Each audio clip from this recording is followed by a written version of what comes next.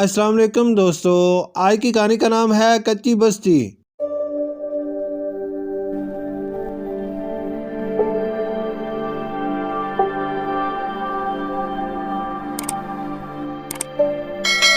ذاکر صاحب نے آنے والے کل کے بارے میں کبھی نہیں سوچا۔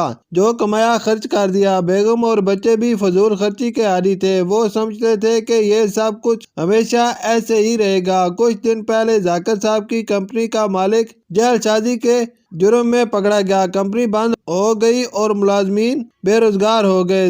ذاکر صاحب کے خاندان پر بھی برا وقت آ گیا۔ ذاکر صاحب کو اب اپنی غلطیوں کا احساس ہو رہا تھا۔ بہت بھاگ دوڑ کے بعد ایک کچی بستی میں ایک چھوٹا سا مکان سستے کرائے پر مل گیا۔ اس کچی بستی کے لوگ بہت ملنسار تھے، ایک دوسرے کی تکلیفوں اور مصیبتوں میں کام آتے تھے، لیکن ذاکر صاحب کے بیوی بچے یہاں ذرا بھی خوش نہیں تھے۔ وہ یہاں کے لوگوں کو اپنے سے کم تر سمجھتے تھے، خاص طور پر اپنے پڑوسی رمضان سے، کیونکہ انہوں نے گھر میں گائے اور مرغیاں پالی ہوئی تھی۔ جانوروں کے شور اور چاروں طرف پھیلی بو سے وہ پریشان تھے۔ ذاکر صاحب تو کسی حد تک گھل مل گئے تھے، لیکن بیگم بچوں کا مزاج ذرا بھی نہ بدلا۔ ان کے رویے کی وجہ سے محلے کے تمام لوگ ان سے لا تعلق ہوتے چلے گئے۔ ذاکر صاحب کو ایک معمولی نوکری مل گئی تھی۔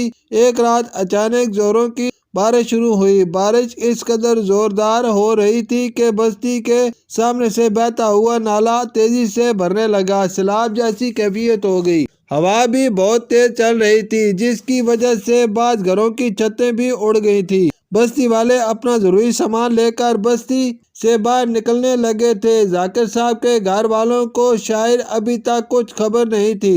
رمضان اپنے بیوی بچوں اور جانوروں کو لے کر اونچائی پر بنے ریلوے اسٹیشن کی طرف نکلا۔ یہاں پانی آنے کا کوئی خطرہ نہیں تھا۔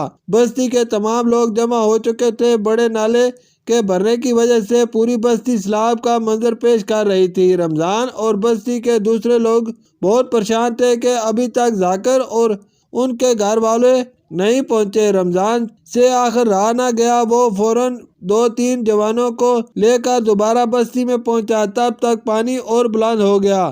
رمضان بڑی مشکل سے ذاکر صاحب کے گھر تک پہنچا اور چیخ کر کہا، ذاکر بھائی دروازہ کھولو، پوری بستی خالی ہو چکی ہے۔ سب محفوظ مقام پر پہنچ چکے ہیں، آپ لوگ بھی چلیں، پانی تیزی سے بلند ہو رہا ہے۔ ذاکر صاحب اور ان کی بیگم کی سمجھ میں کچھ نہیں آ رہا تھا کہ کیا کریں۔ انہوں نے اپنی چھوٹی بیٹی کو مچان پر لٹا دیا تھا۔ زندگی میں پہلی بار اس قسم کے حالات کا سامنا ہوا تھا۔ رمضان اور ان کے ساتھی بچوں کو لے کر باہر نکلے۔ رمضان ذاکر صاحب کے خاندان کو لے کر ریلوے اسٹیشن کے پلیٹ فارم میں پہنچے، جہاں پہلے ہی بستی کے تمام لوگ جمع تھے۔ ان کو دیکھ کر تمام لوگوں نے خدا کا شکر ادا کیا۔ بیگم ذاکر کا تو رو رو کر برا حال ہو رہا تھا، بچے بھی بہت خوف زدہ تھے۔ بستی والوں نے انہیں حوصلہ دیا، کپڑے اور اپنا کھانے پینے کا سامان بھی دیا۔ بیگم ذاکر شرمندہ ہو رہی تھی، کیونکہ وہ ہمیشہ بستی والوں سے دور رہتی تھی۔ یکایک انہیں اپنی چھوٹی بیٹی کا خیال آیا جو نظر نہیں آ رہی تھی۔ ذاکر صاحب بھی پریشان ہوئے۔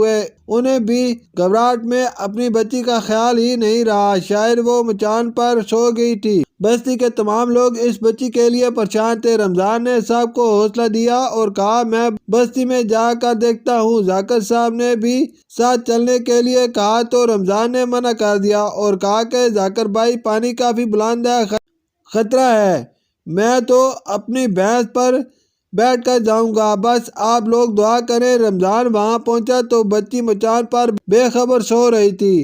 اس نے فوراً بچی کو اٹھا لیا۔ رمضان بچی کو لے کر پلیٹ فارم میں پہنچا تو ذاکر صاحب دوڑتے ہوئے رمضان سے اپنی بچی لی اور رمضان کو سینے سے لگا لیا، اور تشکر اور ندامت کے احساس سے اس کی آنکھیں بھیگ گئیں۔ بچی کو دیکھ کر بیگم ذاکر کی حالت بھی سنبھلی اور وہ ہاتھ اٹھا کر رمضان کو دعائیں دینے لگی۔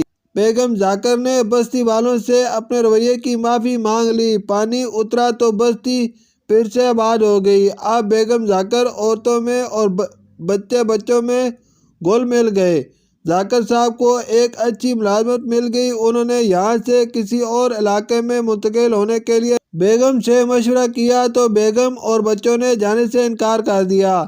ان کی بیگم نے کہا بستی والوں نے جس قدر پیار دیا ہے وہ کسی اور علاقے میں نہیں مل سکتا۔ یہ سن کر ذاکر صاحب نے اطمینان کا سانس لیا اور خوش ہو گئے۔ شکریہ۔